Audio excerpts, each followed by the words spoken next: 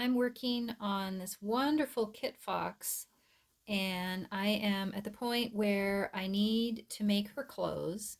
And I have gone into my scrap bin of previous articles of clothing that didn't work for whatever reason. And I found this completely finished cape.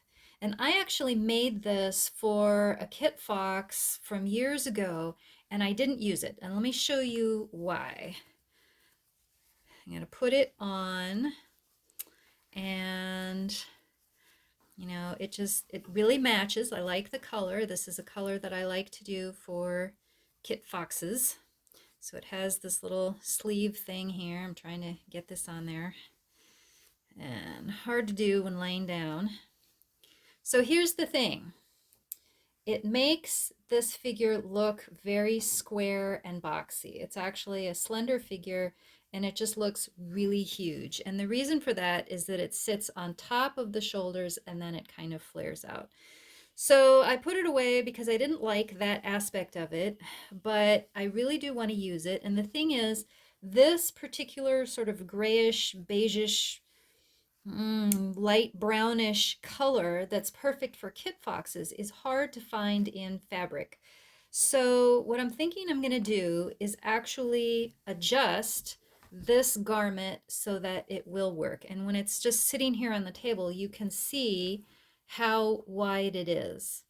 So it's more work and more time to redo this garment, but I think I'm going to do that because I just don't want this fabric to go to waste, and it is a perfect match. So what is the plan of action?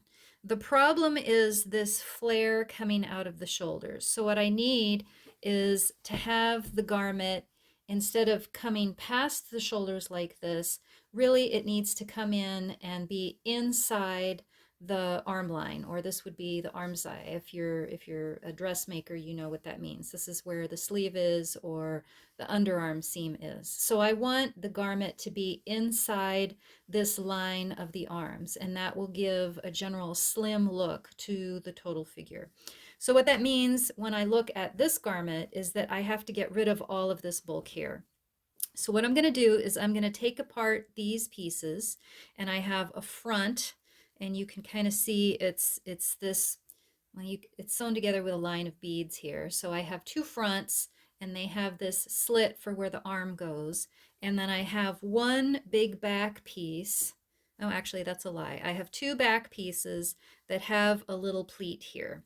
So the back piece, you know what? I'm actually just going to snip this right now, and it's held in place with a bead, which is what I like to do. So let's just release that pleat. So you can see it's a big, almost triangular piece. And so I had brought it together with this pleat here to reduce the flare when it's on the body. So what I'm going to do is take the pieces apart, and I'm actually going to re-sew this.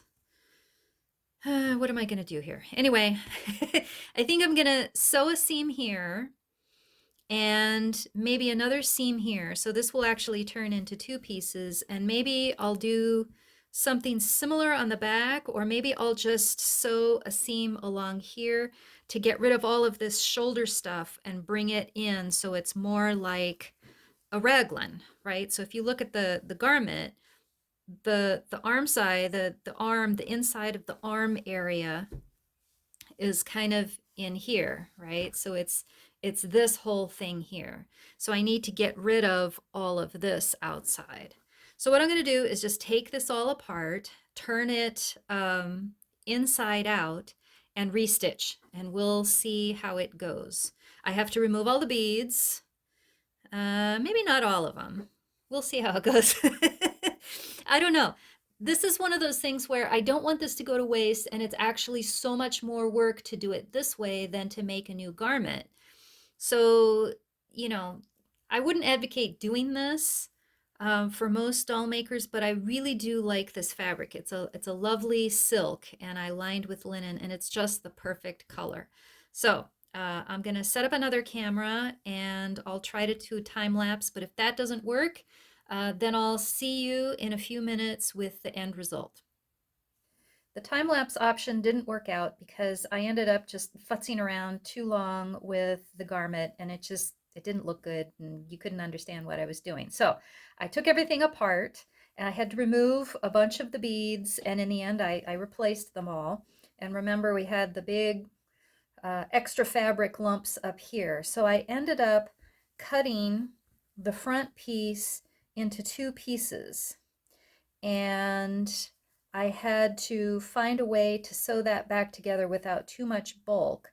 So what I did is I just layered these two pieces together and put a line of very small seed beads on each side to help it lay flat and give just a little bit of a design. On the back, there's still a lot of fabric here, but there's less. And so I moved the big dart that we had. So I kind of folded things up, sewed the pieces together at the shoulders. You still have a lot of tucks and pleats and stuff like that. And so this allows for a lot of flare. And all of this flare and all of these folds and all of these separate pieces allow the doll to sit down. So the legs can open up and the garment opens up around the hip joints and lets the doll sit comfortably and elegantly. So I kept the same color scheme and I added a lot of beads for weight. It seems like all of these tiny beads really wouldn't add that much weight, but they do. It's a subtle kick of color, and it's all through here, and that helps with all of this extra fabric now at the base to hang straight down instead of flaring out when the doll is in an upright or standing position. Now the doll has a kind of like a little belly button thing going on here. So this is the end of the neck joint that allows the head to move. So here's the other end of that joint. It goes through the body. And I wanted to hide this with the costume. So the original one did not close in the center. It has these beads that look like buttons, but it didn't function in that way. So I added a very small hook and a thread loop. So this little jacket does close up, and it covers that belly button joint. It's very subtle, but it's enough. So in the end, I'm very happy because now this garment conforms to the shoulder line of the doll. We don't have all this bulk up here, and the overall look is one of cohesion. It's a subtle color scheme. There are little glints of color, but it's a very elegant overall picture. So don't throw your stuff away. In the future, you may be able to reuse it and rework it into something new. And that's what I did here.